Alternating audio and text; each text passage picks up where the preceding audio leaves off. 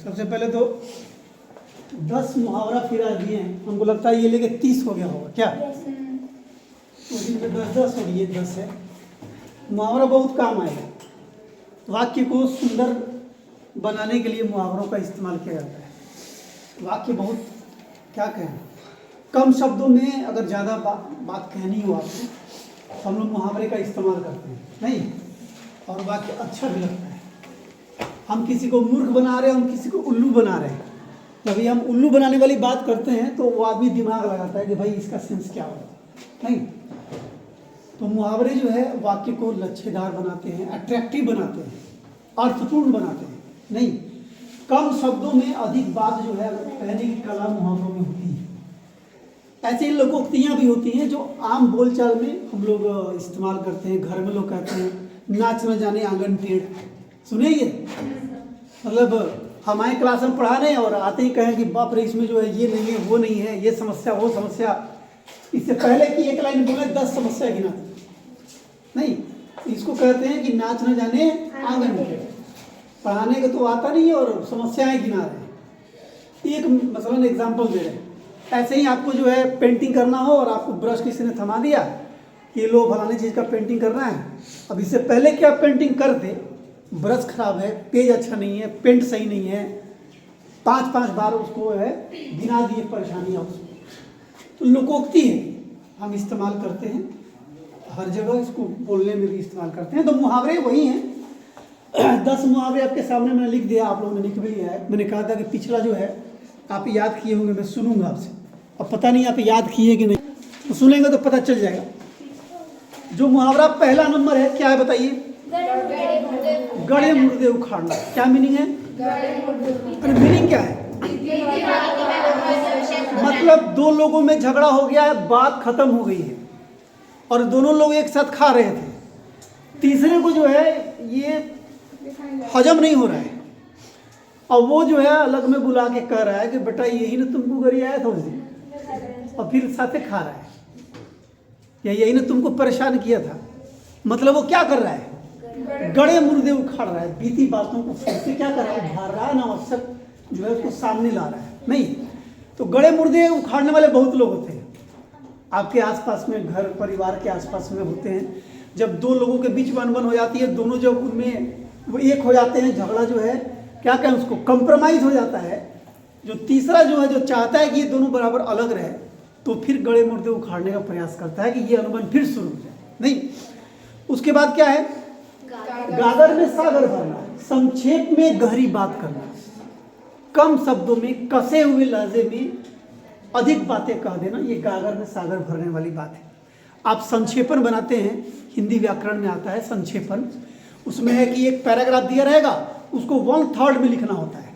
सारे शब्द गिन लीजिए, अगर 120 शब्द है 3 से भाग करिए 40 आया, उस 120 शब्द को मतलब छोटा करके 40 शब्द में आपको अपनी बात कहनी होती है। जाहिर सी बात है वो बातें गागर में सागर भरने वाली होती हैं। इंपॉर्टेंट चीज़ें निकालते हैं और वो आप लिखते हैं। आपके 12th में ये आता है, 10th में भी कभी कभार आता है, हम लोग के टाइम में 10th में आता था। तो बातें हमारी ऐसी होनी चाहिए कि वो गागर में सागर भरने वाली। आपके एक एक सेंटेंस का, आपके एक एक वाक्य का मोल होना चाहिए, महत्व होना चाहिए। देखिएगा बहुत लोग ऐसे होते तो सीधे बिना मतलब के बोलते रहते हैं, मतलब उनके बात का कोई मतलब नहीं। कुछ लोग होते हैं कि जिनकी एक एक बात आपको लगता है कि इसको सुनना चाहिए, कभी कभी आपको लगता है कि इसको नोट करना चाहिए, नहीं? मतलब मुझे याद है, मैं जब 10वीं कक्षा में था, हमारे हिंदी के एक टीचर थे द्विवेदी सर, बहुत विद्वान थे, बहुत। तो वो जो कोई चैप्टर पढ़ा रहे थे उसमें माँ का जिक्र था, तो उन्होंने 3-4 पंक्ति बोली थी माँ के बारे में, किसी कवि का लिखा हुआ था। उसमें था कि माँ जो है कभी कुमाता नहीं होती है, तो कई दफ़ा हम लोग सुनते हैं कि माता कुमाता नहीं होती है। उन्होंने कहा था कि बेटा पिशाच बन यदि माँ का, ले काट कलेजा भी निकाल। बेटा पिशाच बन यदि माँ का, पिशाच मतलब राक्षस, तो बेटा पिशाच बन यदि माँ का, ले काट कलेजा भी निकाल, तो भी उस कटे कलेजे से स्वर निकलेगा खुश रहो लाल। और वो वाक्य जो है ना दिल में एकदम, नहीं कहते हैं धस गया, आज तक याद है मेरे। अच्छी पंक्तियाँ ऐसी होती हैं कि उसको आदमी नोट करता है। हमको याद है कि तुरंत जो है किताब के किसी कवर पे हम वो जो बोल रहे थे हम उसको नोट कर रहे थे। तो बहुत सारे लोग ऐसे होते हैं जिनकी बातें जो है लगता है कि इसको नोट किया जाना चाहिए, आगे जो है काम देगा, या इम्पोर्टेंट है ये, मतलब हमको प्रभावित किया इन वाक्यों ने। तो गागर में सागर भरने का मतलब है कि संक्षेप में गहरी बात करना, उसके बाद एक गिरगिट की तरह रंग बदलना। जैसे ही गिरगिट शब्द आता है ना, तुरंत दिमाग में एक ही शब्द गूंजता है, पता है क्या?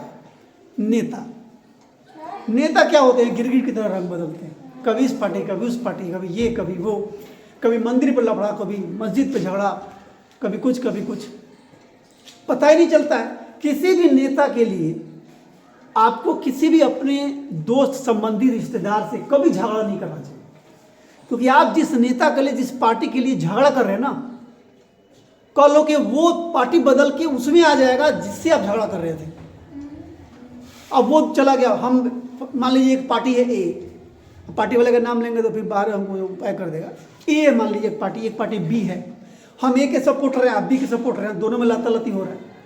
बाद में पता चला कि ए और बी मिल करके एक पार्टी बना लिया सी, हम लोग मुंह ताकते रहे, अब हम किस पार्टी में जाऊँ? पार्टी ए भी तो है ही नहीं, सी बन गया।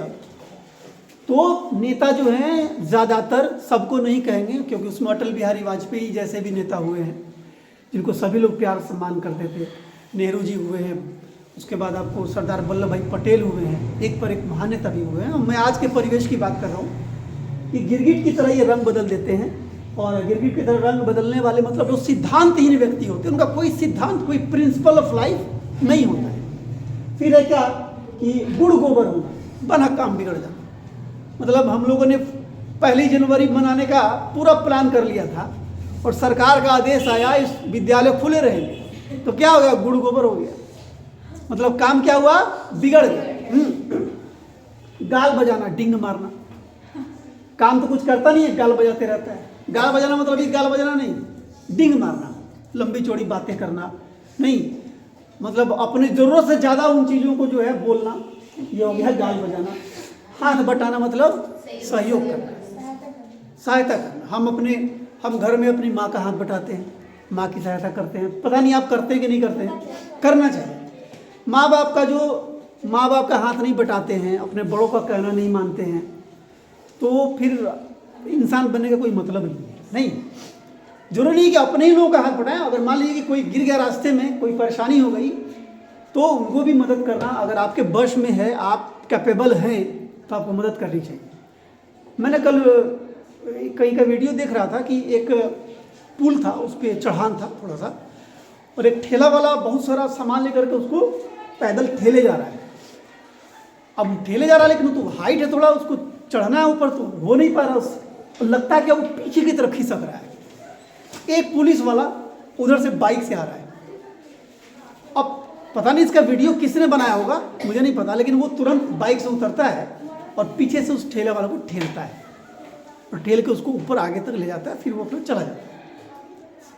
होता क्या है कि कहीं कहीं जहाँ पे 3-4 रास्ते हैं, जो क्या कहते हैं, बीच वाला जो हिस्सा होता है उसको क्या बोलते हैं, चौराहा, वहाँ पे CCTV कैमराज लगे होते हैं। अपने मोतिहारी में भी लगा हुआ है, ओवरब्रिज पे एक जगह लगा हुआ है, जहाँ से राजा बाजार और ये कॉलेज की तरफ घूमते हुए उगम पांडे, वहाँ पे लगा हुआ है। उसमें ये कैद हुआ होगा, उसको फिर बाहर निकाला गया कि एक अच्छा मैसेज जाए।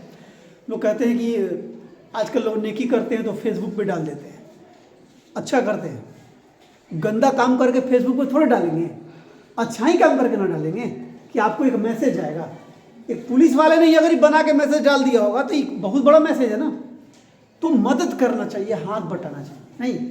अब बड़ी अच्छी कविता है, जब दूसरे की आप परेशानी को देखते हैं और चुप रहते हैं, उसके लिए बहुत बेहतरीन है। मैंने कहीं पढ़ रहा था, मैंने लिखा है उसको, पता नहीं है कि नहीं। हाँ, एक नवाज देवबंदी साहब हैं, गज़ल करते हैं, बहुत अच्छा उन्होंने लिखा है 3-4 पंक्तियाँ कि लिखते हैं, जलते घर को देखने वालों फूस का छप्पर आपका है। दूसरे का घर जल रहा है कि जलते घर को देखने वालों फूस का छप्पर आपका है, और आपके पीछे तेज हवा है, आगे मुकद्दर आपका है, और आपकी कत्ल पे मैं भी चुप था और मेरा नंबर अब आया, और मेरी कत्ल पे आप भी चुप हैं, अगला नंबर आपका है। कितनी बड़ी बात उन्होंने कही है कि हम जो है तमाशा बीन बने रहते हैं, तमाशा देखते हैं। तो जिन लोगों का नंबर आया है और हम उनका तमाशा देख रहे हैं, हमारा भी नंबर एक दिन आएगा। आप समझ रहे हैं? तो दूसरों का गम, दूसरे जब दुख में हो, गम में हो, परेशानी में हो, तो उस पर हंसना नहीं चाहिए। नहीं, समय का चक्र है, वो घूमते रहता है। कल आप पे, आज हम पे तो कल दूसरे पे आएगा। ठीक है ना? तो हाथ बटाने की फितरत होनी चाहिए, वो हमारे संस्कार में होना चाहिए। तो हाथ बटाना मतलब सहयोग करना। उसके बाद पेट में चूहे कूदना, ये तो आप तो समझ रही हैं। पेट में चूहे कूदना मतलब भूख लगा। उसकी पेट में चूहे कूद रहे मतलब, अच्छा पेट में चूहा कूदना बच्चा भी बोलता है। छोटे छोटे बच्चों को भी पता है मेरे पेट में चूहा कूद रहा है मतलब भूख लगा हुआ है। ठीक है। उसके बाद है लकीर का फकीर, पुरानी विचारधाराओं वाला। मैं सोच के आया था कि जब ये मुहावरा आएगा तो मेरे दिमाग में चल रहा था एक नाम, जे कृष्णमूर्ति का। आपने नाम नहीं सुना होगा।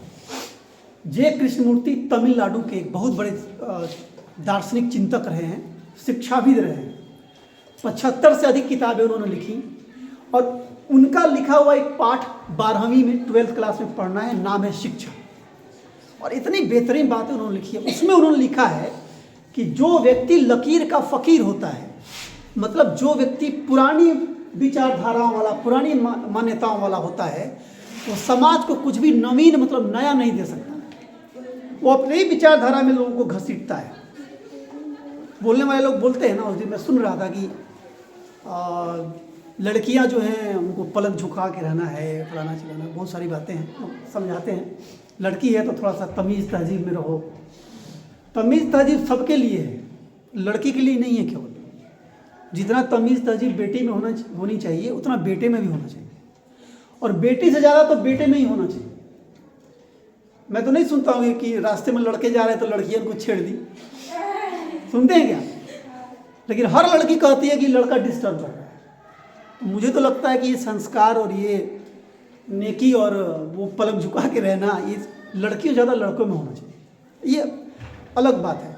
जो ये पुरानी विचारधारा का क्या मतलब है? ये पुरानी विचारधारा थी कि लड़कियों को घर से बाहर नहीं निकलना है। ये पुरानी विचारधारा थी कि उनको कॉलेज में नहीं पढ़ना है। ये पुरानी विचारधारा थी कि वो डॉक्टर नहीं बन सकती हैं। उनको ये नहीं कि मेल का बॉडी पार्ट काटना है। नंगा आदमी पड़ा हुआ है, वो डॉक्टर है उसके सामने में, तो लड़कियों को डॉक्टर नहीं बनना है। ये पुरानी विचारधारा थी, लेकिन ये विचारधाराएं टूट गई। जिन लोगों ने इनको पकड़े रखा, समाज ने और खास करके महिला वर्ग ने उनको किक आउट कर दिया, लात मार के निकलना समाज से। और आप देखिए कि जीवन के हर एक क्षेत्र में, चाहे वो प्लेन उड़ाना हो, चाहे वो जेट विमान उड़ाना हो, किसी तरह का सेना में हो, नेवी में हो, एयरफोर्स में हो, सब में महिलाएं, लड़कियां हमारी भरी पड़ी हैं। जाहिर सी बात है, अवसर मिलने की बात है। अवसर जिसको भी मिलता है वो आगे बढ़ता है, इसमें लड़की लड़का वाली बात नहीं है। तो लकीर का फ़कीर नहीं बनना चाहिए। भाई हम कुछ सोच रखे हैं, वो थॉट अगर दो लोगों के बीच में अंतर करता है, अगर कि एक गरीब है एक अमीर है, इस तरह की मान्यता हमारी है, इस तरह की विचारधारा है, तो हम लकीर के फ़कीर हैं। और ये हमारी पुरानी विचारधारा वाले हम व्यक्ति हैं, और ये समाज इसको स्वीकार नहीं करेगा आज के परिप्रेक्ष्य में। ठीक है ना? उसके बाद है मारा मारा फिरना, मतलब बेकार घूमना। नौकरी छूटने के बाद मोहन मारा मारा फिरता है। मोहन कोई मान लीजिए आदमी का नाम है, कोई लड़का है। कोई भी आदमी जब वो लक्ष्य से भटक जाएगा तो क्या होगा? मारा मारा फिरेगा। उसने अपने पिता से जो है विद्रोह कर दिया, वो मारा मारा फिरता है। भाई घर से अपने ही से विद्रोह कर देंगे तो फिर मारा मारा फिरना होगा, बेकार घूमना होगा। मिट्टी खराब करना, फिल्म में डायलॉग देता है, बाबू मिट्टी खराब कर देंगे तुम्हारा, बुरा हाल कर देंगे। नहीं, क्या कर देना? बुरा हाल कर देना। अब ये धमकी भरे लहजे में हम कहते हैं कि मिट्टी खराब कर देंगे, मतलब आपका बुरा हाल कर देंगे। तो 10 जो है मुहावरे हैं, 10 मुहावरे का अर्थ लिखा है मैंने। आपको 5-5 वाक्य बनाना है, एज यूजुअल जैसे आप बनाते आए हैं। लंच के बाद फिर हम लोग बैठेंगे, आपसे होमवर्क लेंगे और एक आपसे निवेदन करेंगे कि आने वाला 4 से 5 दिन बहुत ही क्रूशियल होने वाला है मौसम वैज्ञानिक के अनुसार। कान बांध के, हाथ दस्ताना लगाइए, पैर में मोजा पक्का पहनिए। जूता पहने, मोजा का पता ही नहीं है, ये क्या जूता पहनना है भाई, देखते हमको गुस्सा आता है। मोजा जरूर पहनिए और कान जो है बंद रखिए, उसको ढक के रखिए, ये बहुत ज़रूरी है। आपका हेल्थ ही नहीं रहेगा तो क्या पढ़ेंगे? आप ही बताइए। और चौधरी सर कितना अच्छा बात बता रहे थे कि कान में सबसे अधिक जो है ठंड का असर पड़ता है। नहीं, कान नाक और ये सब, तो चलिए नाक मान लीजिए मास्क आप नहीं लगाते कोई बात नहीं, हाँ बाहर चल गए, अभी क्लासरूम में नहीं, बाहर लगा लीजिए। ये जरूरी है, इन सब पे ध्यान दीजिए, ठीक है। तो आप जो है 5-5 सेंटेंस बना के लाइएगा, कुल मिला के 50 सेंटेंस हो जाएंगे, ईमानदारी पूर्वक बनाइएगा। ट्रांसलेशन आपको हम दिए थे, उस पर हम बात करेंगे।